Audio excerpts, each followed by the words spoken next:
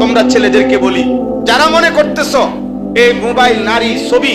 নর্তকী, জিনা, ব্যভিচার, মদ, জুয়ার আড্ডায় মনে করছো মনে দুনিয়া ভাইসা গেছে, এখানে না, এটাও মনে রাখো আল্লাহর এই জমিনে প্রতিদিন শত শত যুবক স্কুলের, কলেজের, ইউনিভার্সিটিরও প্রতিদিন আল্লাহর দিকে ফিরতেছে, তাহাজ্জুদের সেজদা করে, আল্লাহর কোরআন পড়ে, আল্লাহর দ্বীন বিজয়ের স্বপ্ন দেখে। আমাদের সমাজ এলোমেলো হয়ে গেছে। এখনো যদি বাপ মা মনে করে যার যেটুকু আছে সংসার, এটুকু সংসারে যদি উনি সিদ্ধান্ত নেয় যে আমি আমার স্ত্রী কন্যার ইবাদত বিহীন 1 টাকা দেব না, আমার সন্তান নামাজ পড়ে না, এই নিকৃষ্ট নাফরমানকে আমি 1 টাকা দেব না, তার লগে পূজাপড়া করো, স্ত্রী পর্দা করে না, তোর মতো অসৎ মহিলারে আমি 1 টাকা দেব না, তো মামলা করো, নলে